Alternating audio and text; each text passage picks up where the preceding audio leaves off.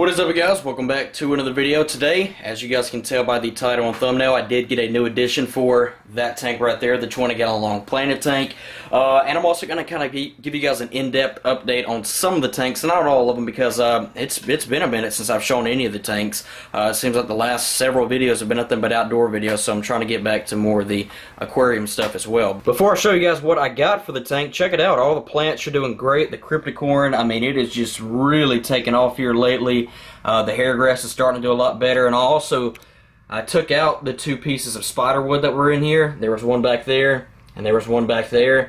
Just kind of left it at plants and dragonstone now, and I think it looks a little bit better, and now the plants will have a little more room to kind of grow into. But check it out, there's the cardinal tetras back there, the three little bitty school of them. We definitely got to get more of them, and let's see if I can find any of the pea puffers. Yep, there's one of them right there.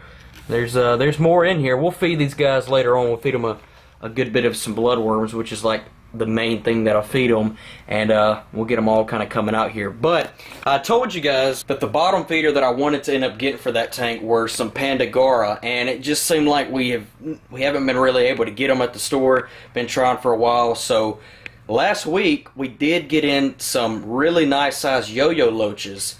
And I waited this week, and we got more in. So that is what I went with, because I thought that would be a really, really good addition to this tank. Ultimately, I didn't want to end up getting an algae eater, which is what the Pandagara would have been, honestly. And these yo-yo loaches are not an algae eater. They're more of just kind of a bottom feeder scavenger, which is really what I need more of in this tank, because it does not grow all that much algae. And I don't have any bottom feeder in here whatsoever. So sometimes some of the bloodworms that I feed these smaller fish, they sink down to the bottom, and I don't think they quite find all of them. So that's where these guys come in. And man, are these guys nice. Really big, fat, and healthy. It's kind of hard to tell just how nice they are in the bag, but I mean, man, these guys are nice. At least a good 2.5 inches, really thick.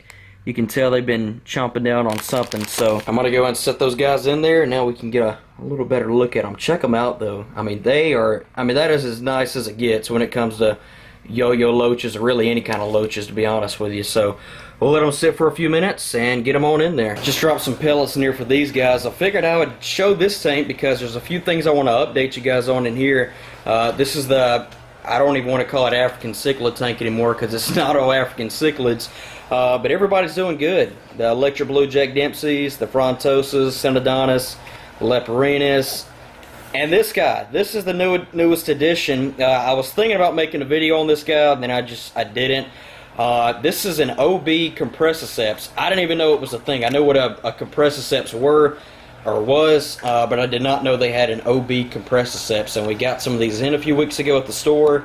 They look nice, and I didn't know how it'd work out. I mean, he is quite honestly the smallest fish in here by far, and they did not even pick on him, not one bit. And I've had the complete opposite happen before when I've added peacocks in here that have been the same size as everybody else, and I've come back out here 2 or 3 hours later and they have been killed, literally. So I don't know how they would take to him, but nobody messes with him. He eats like a pig, and these guys get really big too. This is a Hapachromis, so in the same family as that guy right there, which is an Electro Blue Ali.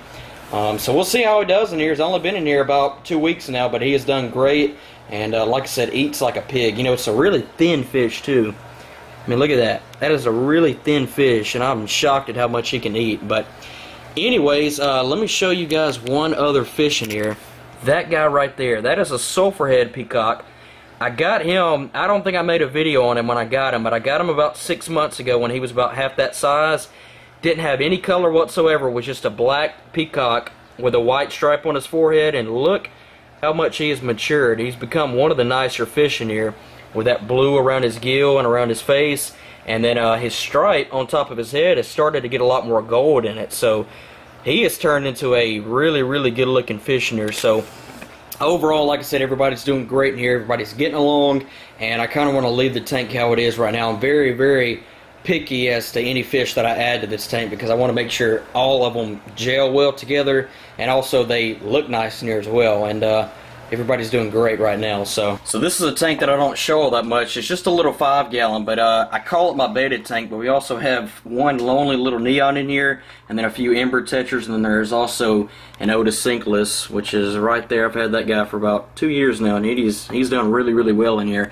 But that's the main fish in here. That is a white opal beta. Many of you guys are familiar with this fish because I've had it for a while. I just don't show the tank all that much, but he does great, and this is just kind of what this tank is. Just a bonsai tree in the middle with the Anubias. Kind of gotten the algae problem that I had in here under control, and this tank is doing really good right now. Got a little bloodworm cube right here. We're going to feed the pea puffers and the cardinals real quick. I'm just kind of starting to shake it, and they know exactly what it is. Here they come. Now they're coming out, and I'm honestly shocked at how many bloodworms that these cardinals can eat. They're such a small fish, but they will just continuously eat them until they can literally not eat anymore. And the pea puffers are honestly the same way. They just don't eat them quite as fast, but you can see them back there. They kind of will grab themselves a piece and then just kind of slurp it in like it's spaghetti or something like that. See them? Look at that. That's exactly what I was talking about. Just kind of grab a piece and then slurp it on in. Is he going to get another one? I think he is. Maybe not. Alright. Anyway, so the pea puffers, the amount that I have in here is kind of where I want it. Just a few of them in here, not very many. You don't want to have a bunch of them in the tank anyways, but definitely want to get some more cardinals. It's just hard to find cardinals that will live. I mean, it's just like neons or any other really fragile fish. It is really difficult not finding good looking cardinals, because unless something is honestly on them like ick or something like that, they always come in looking good. But that's not to say you might lose half the batch of them in about 2 or 3 days. So that's why whenever we get them in at the store I work at, I always let them sit there for a week or so. And that's a little tip for you guys. Like, if you ever go to a store or something and they have a good little batch of cardinals or neons or some kind of fragile fish like that, ask them how long they've been there. And if they say more than 5 or 6 days and they're eating good and they're swimming around pretty well, they're probably going to do well. It's not to say if you buy a dozen of them you might lose 1 or 2, but more than likely if they've been at the store for a few days or so and they're eating and are looking good, they're probably going to be good. But cardinals, neons, anything like that, they come into a store, they just got them in or something like that, I probably wouldn't buy them right away. I'd always let them sit there, because it is not uncommon at all for us to get like a dozen or so in at the store, and then like 2 or 3 days later we've lost half the batch. So that's why anytime we get them in, before I actually buy them myself, I make sure they sit there for at least a week. So alright, so I think we've let these guys sit long enough. I'm going to go ahead and get them out of the bag and into the tank. Alright, I made this real easy. Got them both right here in my hand. Here they go. And there they go. They're pretty fast fish too. Here's one of them right there. Look at them. I mean, they are freaking out, just breathing 1,000 miles an hour. Let's see if I can find the other one. Probably not. It's going to be kind of hard to spot these guys until they get real comfortable in this tank with coming out in the open, because there's so much clutter in here as far as plants. But I think they're going to do really good in here. I really do. I think this is a great fit for this tank. I was thinking about doing some kind of cory, but I've got 3 or 4 different other types of cory, so I wanted to do something a little bit different. And I thought some yo-yo loaches or zebra loaches or something like that would do well in here. So they're the biggest fish in here too. I just realized that by far. There's one back there, but like I said, it's gonna be hard to get a good look at these guys right now. So there's one right there. If you can see him, maybe right back there. Anyway, so I'm gonna let those guys settle in for now, and I will definitely give you guys an update on them in the next video. Hopefully you guys did enjoy the video though. If you guys did, please be sure to give it a like down below. Hit that subscribe button if you guys are new to the channel. Like I said, I'm trying to get back into more of the aquarium stuff, as the last few videos have been nothing but pond stuff.